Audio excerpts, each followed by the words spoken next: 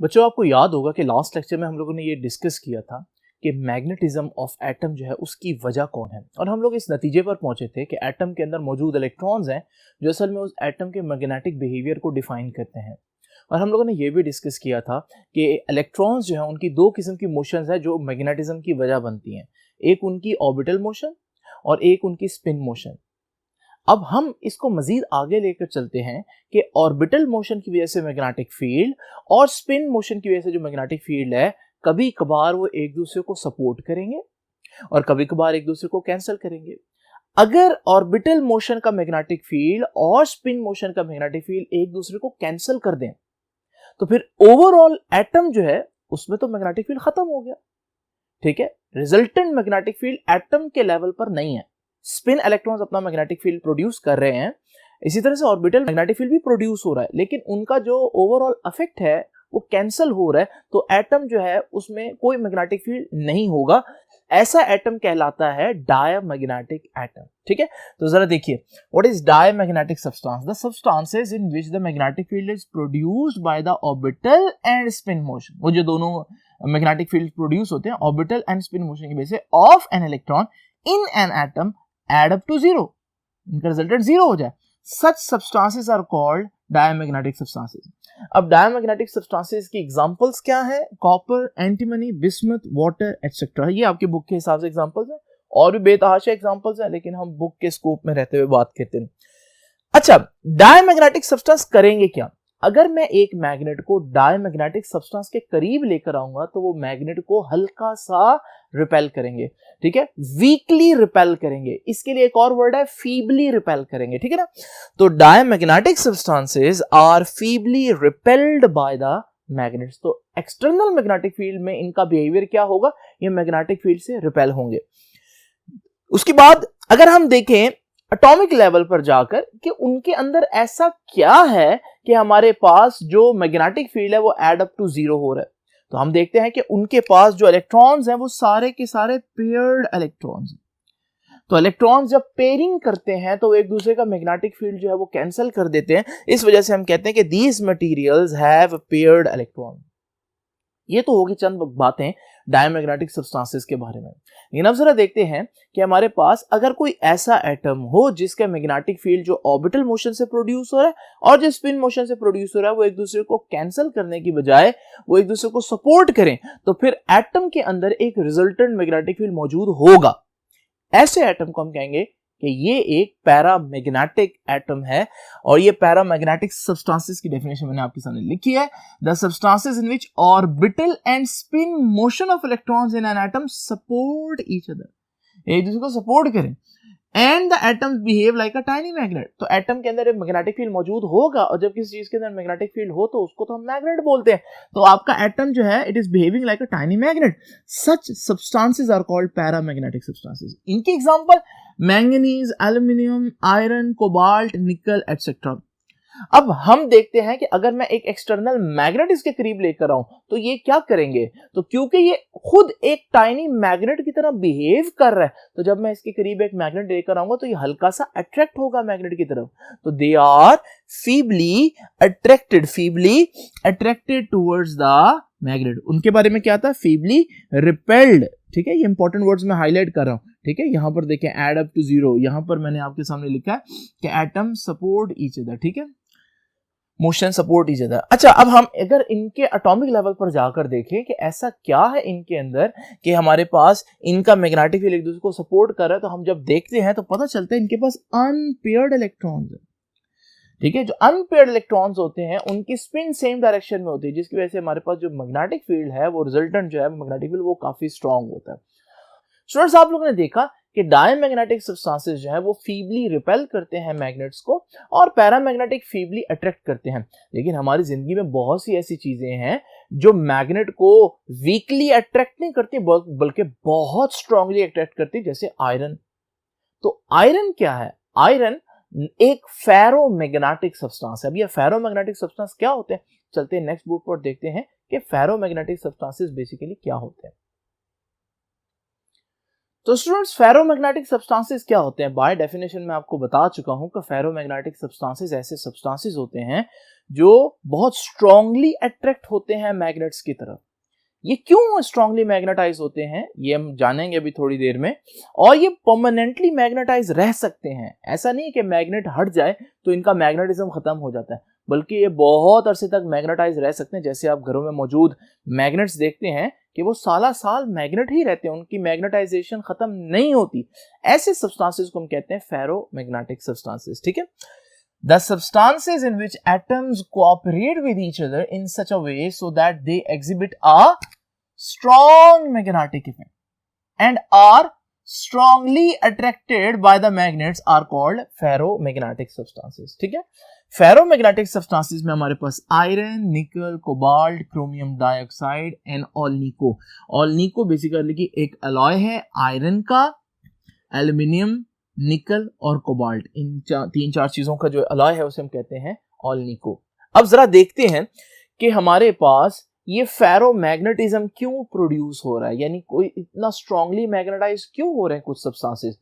तो हमने जब इनकी रीसेंट स्टडी देखी तो हमें पता चला कि अगर हमारे पास एक फेरोमैग्नेटिक सब्सटेंस हो तो उसके अंदर छोटी छोटी डोमेन्स होती हैं। ये देख रहे हैं आप, ब्लैक में मैंने आपके सामने एक हिस्सा शो किया, इसे मैंने एक डोमेन बोला। ये डोमेन की खास बात क्या होती है? ये डोमेन की खास बात ये होती है कि इस डोमेन के अंदर जितने एटम्स होते हैं उन सब का मैग्नेटिक फील्ड एक ही डायरेक्शन में, यानी एक डोमेन के अंदर हम कह सकते हैं कि सारे एटम्स जो है वो अपने मैग्नेटिज्म को लेकर बिल्कुल ऑर्डर में होते हैं, अलाइंड होते हैं, जिसकी वजह से वो एक दूसरे को कैंसिल तो करेंगे नहीं। तो जब वो कैंसिल नहीं करेंगे तो आप देखेंगे जो आपकी डोमेन है वो बहुत स्ट्रांगली मैग्नेटाइज होगी, बल्कि मैं ये कहता हूं कि जितना मैग्नेटाइज हो सकती थी वो उतना मैग्नेटाइज हो जाएगी, यानी कि मैग्नेटाइज होगी टू द सैचुरेशन। सैचुरेशन का मतलब होता है जितनी हद है वो सारी मैग्नेटाइज हो जाएगी, जितनी लिमिट है, जितना पॉसिबल है वो मैग्नेटाइजेशन हमें अचीव होगा।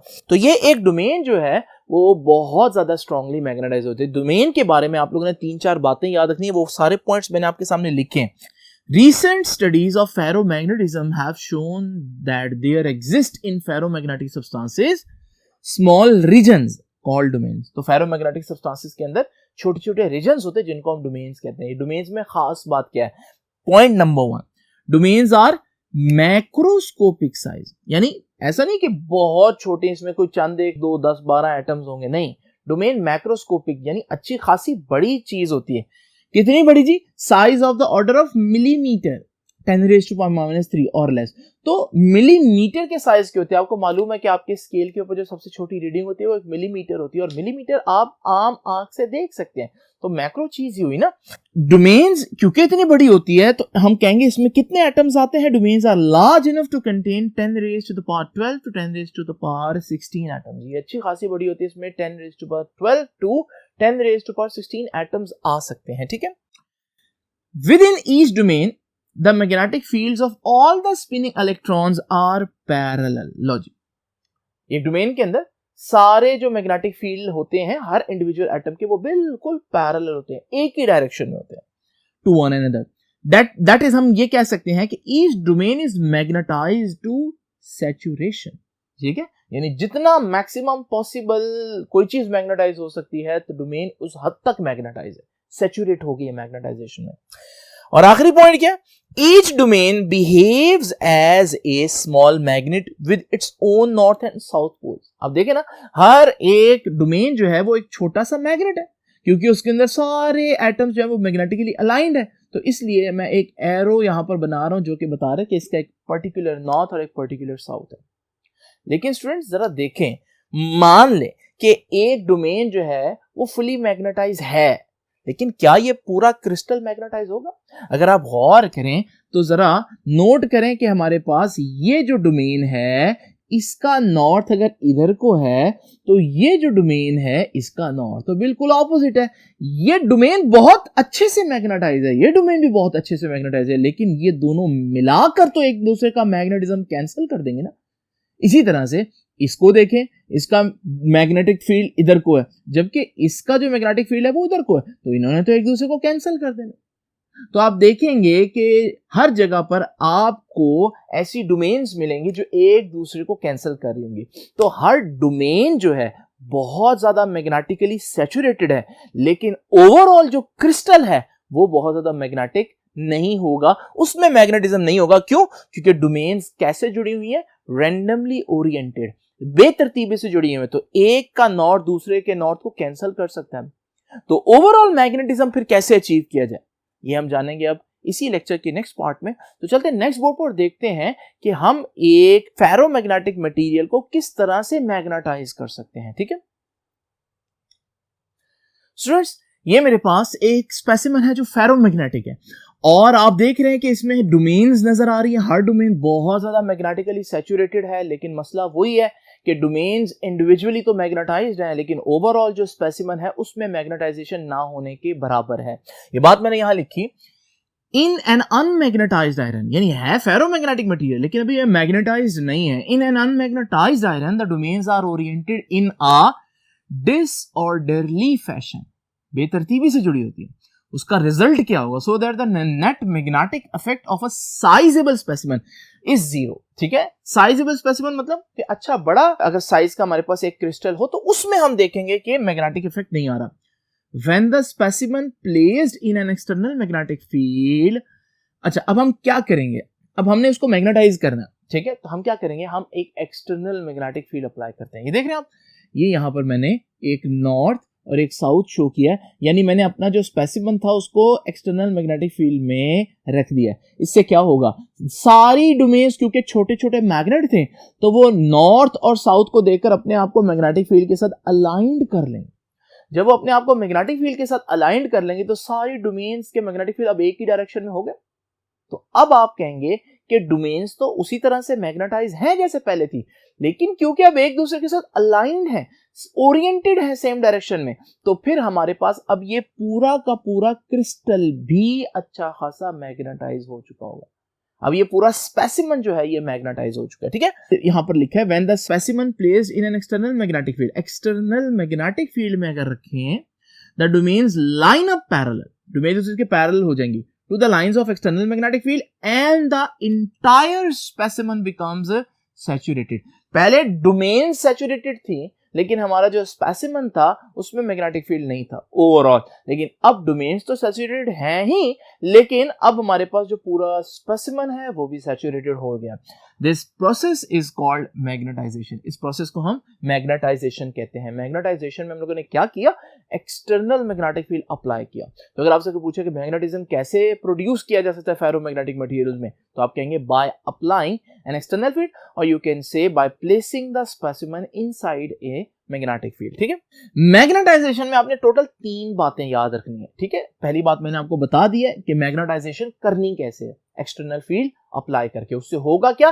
रैंडमली ओरिएंटेड डोमेन्स अलाइंड हो जाएंगी एक दूसरे के साथ। दूसरी बात आप लोगों ने याद रखनी है कि इसी बात को कहने का एक और अंदाज है।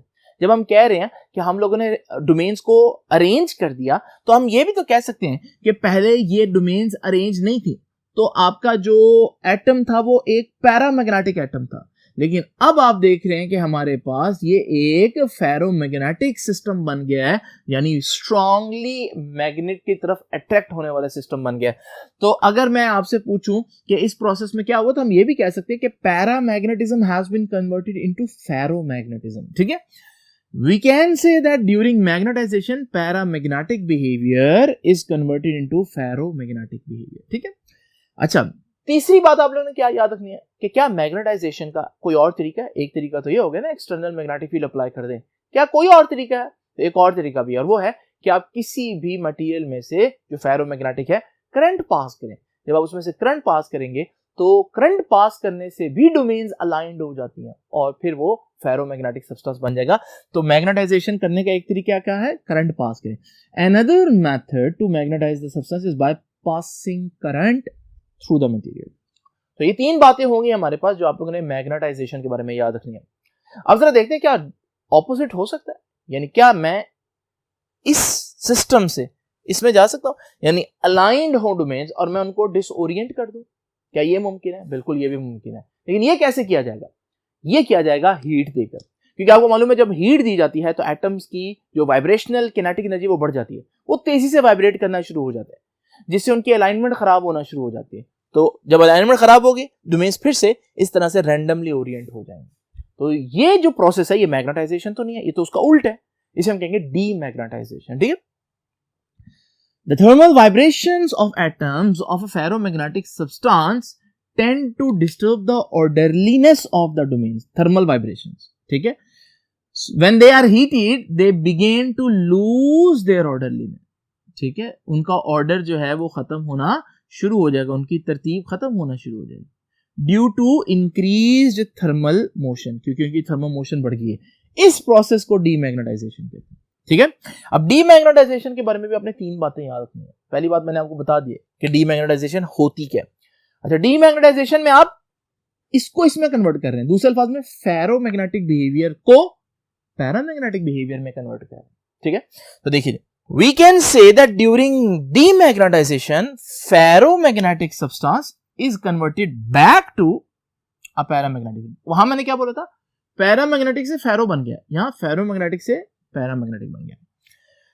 वहां पर तीसरा पॉइंट क्या था कि क्या मेरे पास कोई और तरीका है मैग्नेटाइजेशन का। तो यहां तीसरा पॉइंट क्या होगा कि क्या मेरे पास कोई और तरीका है डीमैग्नेटाइज करने का। जी हां, डीमैग्नेटाइज करने का भी एक और तरीका है, और वो है बाय हैमरिंग। यानी अगर आप किसी चीज को फिजिकली हिट करो, तो आपको पता है फिजिकली हिट करने से भी उसके एटम्स जो है वो जब उनको फोर्स लगती है तो वो डिसओरिएंट हो जाते हैं, बॉडी डीफॉर्म हो जाएगी। जब बॉडी आपके सामने मैक्रोस्कोपिकली डीफॉर्म होगी तो एटॉमिक लेवल पर भी डीफॉर्म होगी, तो डोमेन्स जो है वो हमारे पास अलाइंड नहीं रहेंगी। ठीक है। Another method to demagnetise the substance is by hammering the material. ठीक है। लो जी बच्चों, ये 3 पॉइंट्स हो गए। आपने देखा कि डीमैग्नेटाइज करने का क्या तरीका है, हीट दें।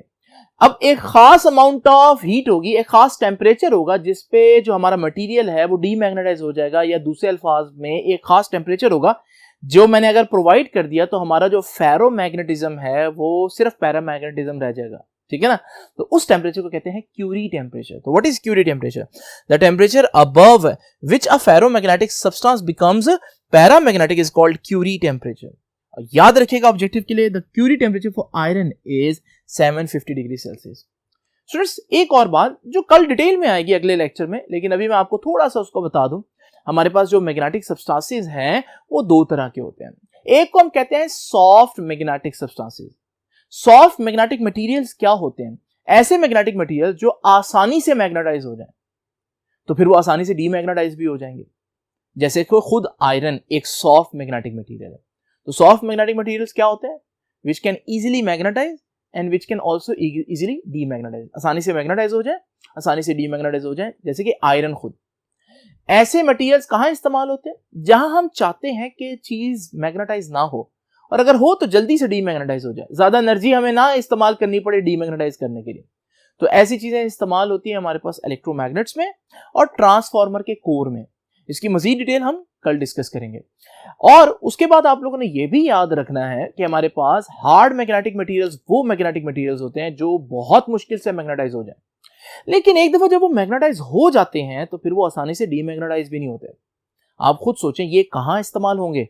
ये तो वहां इस्तेमाल होंगे जहां हम चाहते हैं कि मैग्नेटिज्म खत्म ना हो, जैसे खुद परमानेंट मैग्नेट्स में। तो परमानेंट मैग्नेट्स जो हैं वो आयरन से नहीं बनते, वो किसी हार्ड मैग्नेटिक मटेरियल से बनेंगे। और हार्ड मैग्नेटिक मटेरियल में हमारे पास 2 मिसालें आप लोगों ने याद रखनी है, स्टील और ऑलनिको, वो वाला अलॉय जिसकी मैं पहले बात कर रहा था। तो स्टूडेंट्स, ये था हमारा आज का लेक्चर। आई होप अब आपको समझ में आ गया होगा कि कुछ चीजें हमारे पास डायमैग्नेटिक क्यों होती है, कुछ पैरामैग्नेटिक क्यों होती है और कुछ फेरोमैग्नेटिक क्यों होती है। आपसे इंशाल्लाह मुलाकात होगी नेक्स्ट लेक्चर में। तब तक के लिए अल्लाह हाफिज।